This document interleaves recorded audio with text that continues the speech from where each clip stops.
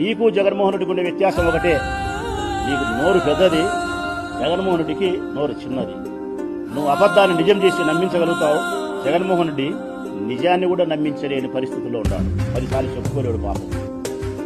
ఆయన ఏమైనా మాట్లాడితే మనం మంచి చేస్తాము, ప్రజలు గుర్తిస్తారు, పైన దేవుడు ఉన్నాడు, కింద ప్రజలు ఉన్నారు.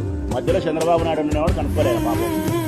మధ్యలో ఇంకొకడు ఉన్నాడు, పైన దేవుడు ఉంటే కింద ప్రజలు ఉంటే మధ్యలో బాబు ఉన్నాడు. నందిని పంది, పందిని నంది చేసేవాడు. అది మా జగన్ తెలియక మేమందరం సంఖన ఆగిపోయినాం. మా జగన్ మంచితనం వల్లనే మేము చైపోయినాం. మేము ఆ జగనే కానీ చంద్రబాబు నాయుడు మాదిరి షెడ్యూడ్ అయితే, ఇక అబద్ధాలు చెప్పగలిగిన మనిషి అంటే, సంస్కరణ దిశ కాకుండా ప్రజల యొక్క వ్యసనాన్ని బలహీనతను ఆసరాగా చేసుకునేవాడైతే, పవర్ కోసం డబ్బు కోసమే ప్రాకులాడేవాడైతే మేము మళ్ళా పవర్లో ఉండింది. ఈరోజు వేధింపులకు మేము గురయ్యేటోళ్ళం కాదు. 100% చెప్పగలుగుతానా.